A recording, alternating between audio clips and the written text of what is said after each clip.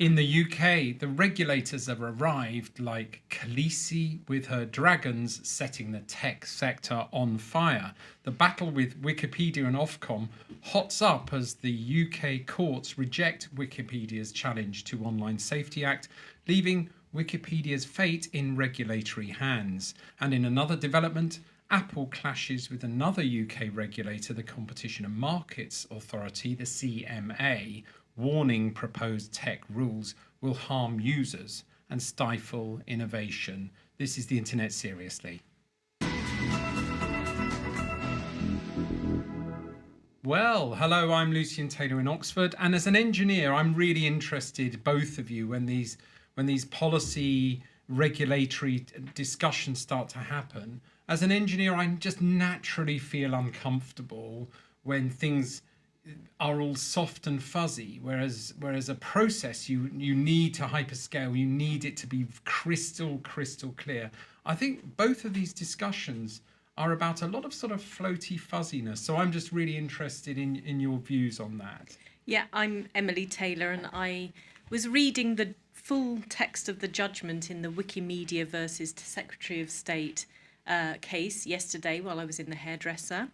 And I agree with you, Lucian. It really points up a culture clash between the way technologists view a set of instructions and the way policymakers do. And I think this is really explored very interestingly in the judgment. And I'm Alice Taylor, and as a digital policy researcher, I'm very interested in what this whole Wikipedia versus the UK Online Safety Act means for us. And as an iPhone user, I'm a bit confused and want to know more about what's going on with Apple and the UK Home Office. Thanks very much. So before we dig into that, these are, we've got to be careful here. These can get to be quite toffee-like subjects. So let's just remember we're on social media. So if you're interested in these topics, and I'm fascinated by them as an engineer, we have Emily there displaying the like, follows and share buttons. So please, we're on all the usual channels. Please follow us and engage in conversation, and I'll have some questions for you quite soon. So Emily, Wikipedia, what we've got here is a preemptive strike by the foundation. You refer to Wikimedia, so Wikimedia is the foundation that runs Wikipedia. I'll let you add to that in a minute. But basically, with preemptive strike, preventing Wikimedia from being categorized as a Category 1 service. Sort of two messages coming out of this judgment that I pick up on. One is, sod off, you're going to be a Category 1 if you're going to be a Category 1 if the government decide it, but the government aren't going to be so stupid, are they? They're going to let you carry on doing sort of Wikipedia functions. Wikipedia lost the case. Will they be sad or happy? I think it's kind of a win for both parties. So, or maybe a score draw, I would say, if you were thinking in football terms, because it was a preemptive strike by the Wikimedia Foundation. What does that mean? Does that mean sort of a test case to add some clarity? In a way, this is a very new piece of legislation, and so let's just do a sort of the legislation is the UK Online Safety Act, and it has a sliding scale of duties. So the bigger your service is, the more stringent your obligations are, and that kind of makes sense. And I think the particular harm that was in the policymakers' mind that they wanted to really use this legislation to combat is the phenomenon of virality. So the Southport attacks, the tragedy there that led to obviously the murder of young children. There was a lot of false stories that went viral about the alleged attacker, and so this is the kind of background to what's on the policymakers' mind. And now clearly everybody loves Wikipedia, so if you're passing a piece of legislation and you end up accidentally catching Wikipedia and giving them a whole load of very expensive stuff to do to comply, you've gone wrong. Alice, everybody loves Wikipedia. everybody does love Wikipedia. I think what's really interesting about Wikipedia is it's very, very political. And I think we tend to think of things like, it's like a thesaurus, an encyclopedia. That was the traditional model. Things like dictionaries. We tend to think of them as a very neutral source of factual information. That is completely wrong. They are very, very affected by unconscious biases, cultural narratives. Truth is a very increasingly hard to define concept. So they've got this community of volunteer editors, Yeah. many of whom rely upon anonymity to avoid harassment, censorship, or even persecution in authoritative regimes where they're challenging their own regime as experts. Yeah, well, if the way that things are defined on Wikipedia can be really controversial. You could try and define where a land border is in a country that's at war, and you're making a huge statement with a Wikipedia edit. And what's really interesting is that, the vast majority of Wikipedia editors are male. And, my experience of making one edit once on Wikipedia, it was taken down straight away with a kind of like, what are you talking about? And that is a very common experience for women editing Wikipedia. But I think what is happening, the way young people are responding to the Online Safety Act generally, this whole case is very in keeping with this, which is a big sense of like, what's going on, UK government? I'll come back to that point. Yeah. So, Emily, the ruling does not give the government or the regulator Ofcom a green light, and they're saying that they while they found in Wikipedia's favour, it did not leave the door open for future legal challenge if Ofcom ultimately decides to classify the site as a Category 1 service. And just to remind us, a Category 1 service is in principle, and again it moves away from this engineering sort of binary argument, in principle it is an appropriate service for the most stringent duties. So the courts kind of saying, try it, Ofcom, and Ofcom's saying, well, in principle, it is, So at the moment, the giants, the gods, the regulators and the courts are sort of having this gentleman's discussion that's surely going to make spectrum engineers just explode. Yeah, there's so much going on in the judgment. For me, it's, for me with a legal background, I like it because it highlights the role of the courts in interpreting laws. So politicians make laws, the government implement those laws, and the judiciary interpret those laws and provide clarity. And I see this at play in the judgment. So, not a green light for Ofcom. Let's roll back a little bit. What this judgment does is it reveals how much goes on behind the scenes to try to make a law, go into practice. So Ofcom was given a duty to do lots of research, to really figure out how to implement these high-level things. And what you see is that they did all the stuff they were supposed to, that, controversial, perverse outcomes were very much in their mind and in the minister's mind as they sort of discussed the way forward. So they were thinking about Wikipedia, not exclusively, but they were thinking, we don't want to accidentally catch Wikipedia. And so while the court has said, okay, Wikimedia, you're totally ahead of the game, this isn't a green light for Ofcom, because the court is saying, look, Wikipedia, Alice has made some important points about Wikipedia's shortcomings. However, it is overall an incredibly valuable resource to humanity. It's an incredible source of information, of freedom of expression. And so the courts are like, if Ofcom, you do decide to classify Wikipedia as a Category 1 provider, we're going to give that very intense scrutiny, which is judgish for don't do it, guys. I mean, I'm coming to you in a second, Alice, but as a a senior engineer with my let's be real here, Jesus sandals and beard. I see these three Khaleesi dragons all sort of looking at each other and going, "Are you going to burn someone first? Are you going to burn?" They're these three powerhouses, and they're all too scared to act. Alice, I don't want to encourage discrimination, but I am from the slightly older generation. So for me, age and ID verification is a monster. If we're going to have to validate our age and ID on all major platforms, do the young people care?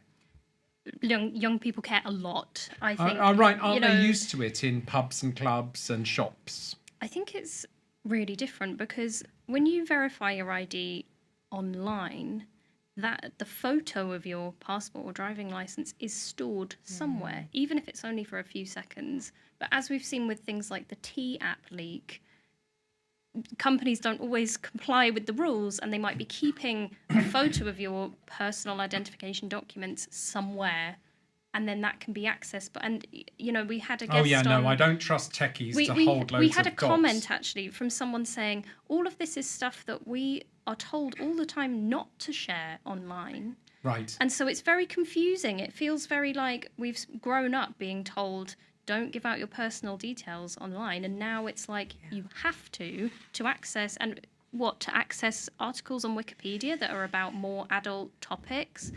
Where does that leave us with the truth? Yes. So I feel like we've moved from this age of Wild West tech fun explosion, and everything's narrowing down, but everyone's uncomfortable and worried about what's coming up. So question for you out there, please, in the comments. Do you like Wikipedia? Do you use Wikipedia? Would you use it as much if you had to go through mandatory age and ID verification? Thanks. It's time for our Guilty Pleasure Online.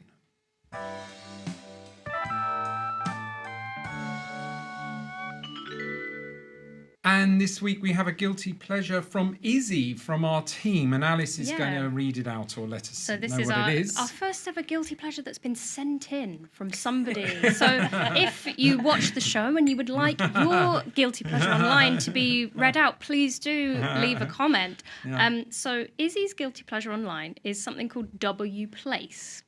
And it's I saw Izzy using it and was like, what is this? So you can see it on the screen. Basically, it's like a sort of open source. Anyone can type in WPlace to their browser, and it's just a map of the world.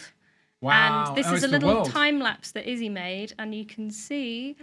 The internet seriously is on it. The internet seriously. I presume that's in Oxford. We are on the map. It is in looks Oxford. like We decided against putting it on the actual place where we're recording because we thought perhaps that information should remain confidential. But you can see. So lots of people are very creative. Anyone could write on it. Anyone could scribble out the internet seriously if they wanted. They could draw a dragon. This is not an algorithmic image thing. And forgive me, I'm being rhetorical here because I know that would be ridiculous.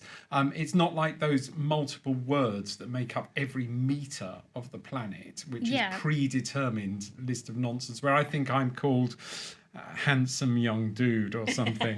where my room what is three words. Forget about what 3 words. This has got absolutely nothing to do with that. But what I like about WPlace is that you get like a pixel ration per day. Right. So when I first joined, it was like 32 pixels. No! So I started drawing one of my cats over my house, and I started drawing it, and then I ran out of pixels, so I'd done like the tail and the ears, and then I just had to wait for it to refresh. Emily, I know you want to talk about bit rates and versus high definition images. Well, yes, I do. For people who are listening rather than watching this, we've been looking at images of WPlace, and it looks to me like an 8-bit fever dream. And you get these really intense areas of activity geographically, and it's in an incredibly fun it's like thing. someone had drawn I think it's where the Berlin Wall used to be. They'd drawn a German flag, and the colours just keep going and keep going and keep going until you get to the border of another country, and then it changes to the flag of that country, and it just keeps going across the whole globe. In another development, Apple clashes with another UK regulator, the Competition and Markets Authority, the CMA, Apple is warning them that proposed tech rules will harm users and stifle innovation. So here we go. Lucy, can you tell us a bit more about what what regulatory rules Apple is objecting to here? Yeah, basically Apple's issued a warning to the government. Basically, the Competition and Markets Authority would give regulators new powers to address the market dominance of companies like Apple and Google, and Apple fears these rules would characterize it as an EU style. So they're saying this in the UK, and they're getting very sort of Brexity about it, undermining privacy and security protections for it that its users expect. It will force it to give away its technology to rivals, to hinder its ability to innovate and expose users to scams. But what do the CMA want Apple to do? Well, they basically want to open up the Apple Store. You need to be able to buy, as an engineer, everything has to be vetted and go through the Apple Store. All payments have to go through the sort of payment system that Apple has approved, or even their own Apple Pay. The proposed new rules would affect App Store in following ways. It would create a market where the Apple on the phone would have to offer alternative payment systems. The app review and ranking, you get your app rejected without transparency. You just sort of do an app, you send it to engineers, and they decide whether code is Apple quality or not. And also interoperability. A question for Alice, really, just to help people sort of understand what this is about. You love iPhones. You've got an iPhone. I love my iPhone. Do you recall how you pay for things using your iPhone? What, with Apple Pay? Yeah. Is there any other payment system on the iPhone? Yeah, there's like Apple Wallet and stuff. Right. So that is Apple. It's smooth. Yeah. It's seamless. Yeah, you double I click, love Apple don't Pay. you? Yeah. Emily, you specialise in efforts to combat scams and fraud. Are Apple working with others to make sort of more general solutions to scams and fraud, or is it because of their sealed box that they don't really need to enter the discussion? Well, Apple, of course, is this enormously successful organisation. Apple iPhones are hugely popular, and part of Apple's unique selling point is its care for people's privacy and security. Its willingness to get onto the front foot and challenge governments if they're going to make it undermine its security. What I'm hearing here in this discussion is what I'd call regulatory tropes. So what it seems to really be about is you've got these organisations with huge market power, and the regulator is saying, well, there needs to be a bit more transparency, there needs to be opportunity for others to come into your system and compete. And the organisation in question, in this case it's Apple, but it could be any other, is saying, oh, you're trying to shut down innovation, you're going to stifle all good things and make people unsafe. To your question about Apple's sort of out there, how far is Apple out there in communities who are combating scams and fraud? I tend not to see them on the circuit, whereas you do see the other big tech, you see a lot of financial institutions and others. Apple is quite notable in its absence. I'm not really sure of the reasons why, because it very clearly cares about its customers' security. So this sounds like, the regular back and forth between a regulator and a target of that regulation. It makes me think as an engineer of security a bit like an airport. And if you have one channel to go into, there's only one door, the security is more concentrated. However, once you get through the security in the airport, you see lots of competing retailers within that ecosystem. You don't just see in Heathrow, for example, Heathrow shops and nothing else because there are security issues. Or, you know, you could go through the security channel, or you could go through somebody else's security channel. There are some times when you just need to do that. I don't know whether a phone is that sort of environment, but I'm really interested in Alice's reaction to it, which is like, it's a wonderfully seamless situation. You can just pay for things with a double click on your iPhone. For a consumer, it feels safe, it feels very predictable. And in the kind of like huge picture of what happens to technologies, sort of new technologies, and this is something Tim Wu pointed out in his brilliant book about 10 years ago, is they start very, very open, but they're also very confusing and very insecure for people. And what people love is a sense of predictability and a sense of safety in their interactions with technology. So almost all open systems end up becoming closed, and then the regulator needs to come in and open up those systems again to provide for innovation from others. As an engineer, I'm interested in the fact that a lot of security issues, Alice, are not just what we call platform issues, Mac, iPhone, Google, Android, but they are actually fake ID, embedded threat URLs in content that happen as much in iPhone as anywhere else. So a lot of the scams and fraud are actually pulling people off their phones to phishing websites and things like that. As an engineer, I also love interoperability. I don't know if you remember, Alice, sort of this, there used to be this battle between Mac and Windows, and if you had it, have you, as a music composer, a lot of the products on Windows were seem to be like really for Windows only or for Mac only? Yeah, have you encountered that much? So we say interoperability, and that sounds like a very technical concept, but it is, I feel like, what platform you use, what apps you use, it's almost like a religion. And particularly anything creative, it's like, you know, if you're a music composer and it's a choice between Muscal or Sibelius, it's like you have to learn a new language. Right. You have to learn to use the software as much as you need to learn the skill. And particularly, the Apple versus Windows debate continues even now. Emily. And it's something that's amazing about the internet, which is just so there we forget about it, is none of that applies.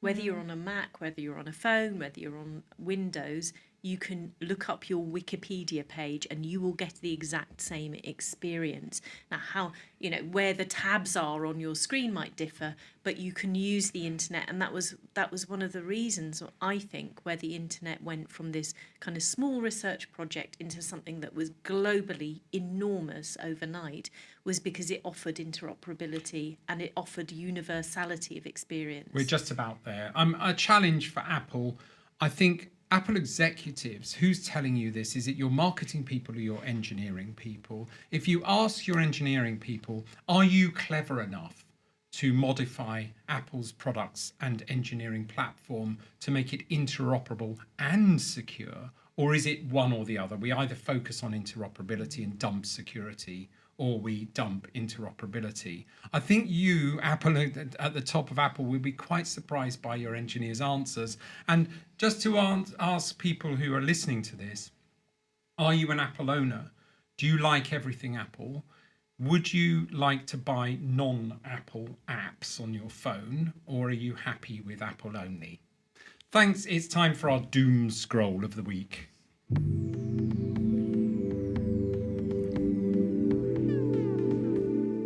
And this doom scroll of the week is from Pia, who's working behind the desk today because Igor is off. So she's actually driving the whole thing. Pia, what is your doom scroll of the week? I think...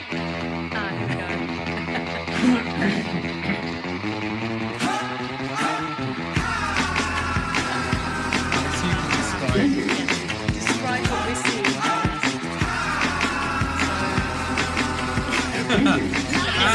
The lizard is the doom scroll of the week. So we're listening to that song, and instead of saying whatever it is they say in the song, they say lizard, and it has the lizard meme.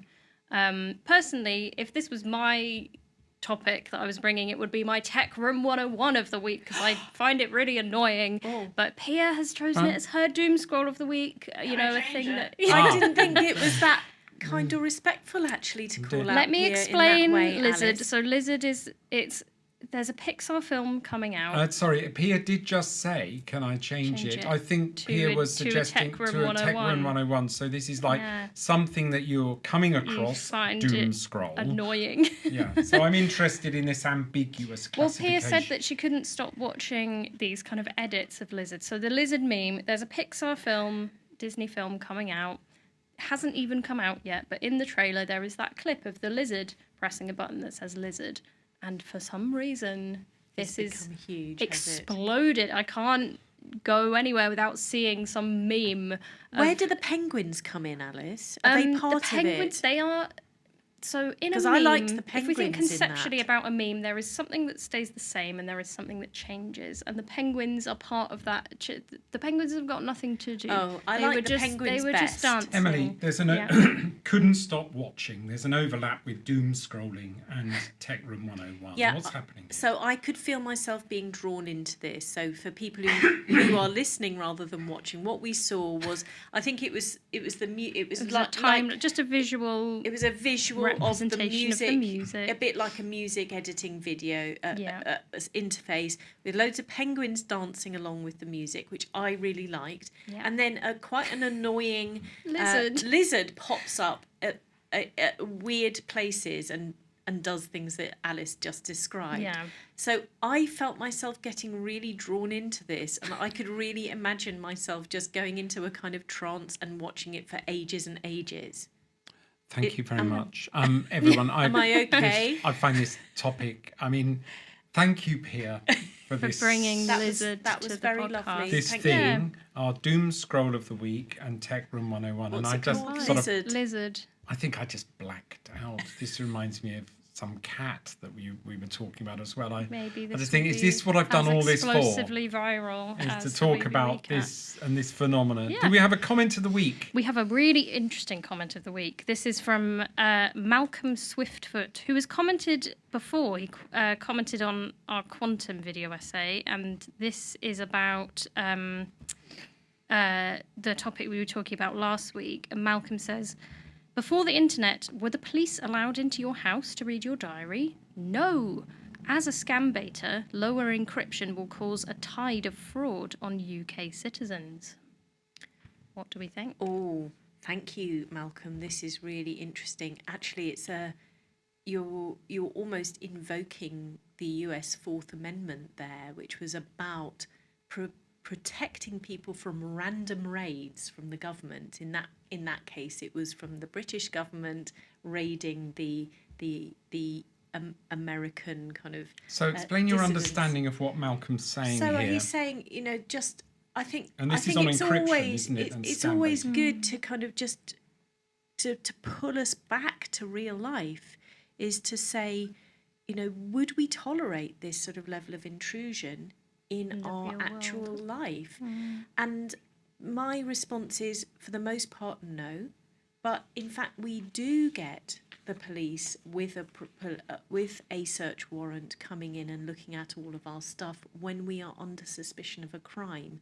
And I think that sometimes it was a bit like what you were saying on the last topic, is sometimes we have this false dichotomy where we have to pick one or other. I think that we would pick protected communications, and we would also pick, I hope, the right of law enforcement in an exceptional circumstance to come in and raid you like you would in your house. You wouldn't like it, but we respect that with a search warrant, with appropriate safeguards, that has to happen. I didn't get the point on scam baiters. Luce, did you understand quite it? Can you It's go good. back to Malcolm that? is a scam baiter, Yeah. and says, as a scam baiter, lower encryption will cause a tide of fraud Yeah. on UK citizens. I Yes, think I you're agree with that. absolutely right, Malcolm. And one of the things that really I see really frustrating the technical community is calls to weaken encryption when the entire environment is so perilous and so fraught with security issues. Weakening encryption, which is the one thing we've got, is there should be other approaches before we go there. Thank you very much, Malcolm Swiftfoot. Please send us more. These are fascinating questions, and you're bang on there. We've been discussing the battle with Wikipedia and Ofcom, which is hotting up as the UK court rejects Wikimedia's challenge to online safety. I really find it hard to keep referring to Wikipedia as Wikimedia in a court case. And in another development, we've been talking about Apple's clash with the UK regulator, the Competition and Markets Authority, warning proposed tech rules will harm users and stifle innovation.